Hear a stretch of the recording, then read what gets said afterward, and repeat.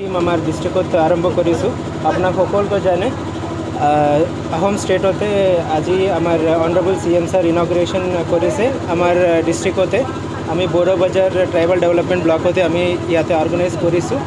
So' we have around 184 widow beneficiaries আছে and shortly by tomorrow we'll be transferring the money through DBT to all their accounts. Thank you.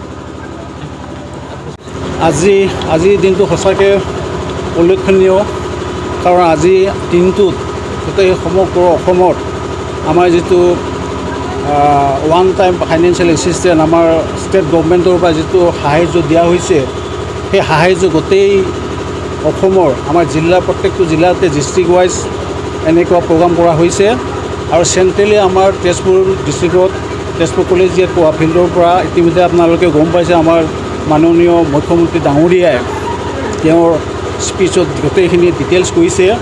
আৰু মই বেছিকৈ details ক'ব খোজা নাই, কিন্তু আমাৰ চিৰাং ডিষ্ট্ৰিক্টত আমাৰ যিটো Indira Gandhi universal widow pension স্কিমৰ আঁচনিত আজি 184 তাৰমানে 184জন বেনিফিচিয়াৰীক আমাৰ চেংচন লেটাৰ দিয়া হৈছে। কিন্তু তাৰে আমি ফৰ্মেলি 3জনক আমি ষ্টেজত দিয়া হ'ল, আৰু বাকীখিনি আমাৰ চেংচন লেটাৰ আমাৰ কাৰ্যালয় উন্নয়ন কাৰ্যালয়ৰ পৰা ৰিচিভ কৰিব।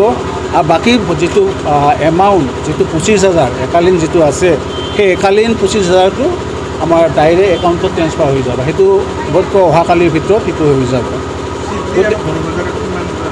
বড়ো বজাৰত আমাৰ 184ৰ ভিতৰত গোটেই 183 বড়ো বজাৰ আমাৰ এজনহে চিটলি, কিন্তু বাকী আমাৰ তেনেকৈ হৈ আছে, চলিব পাব লগাখিনি।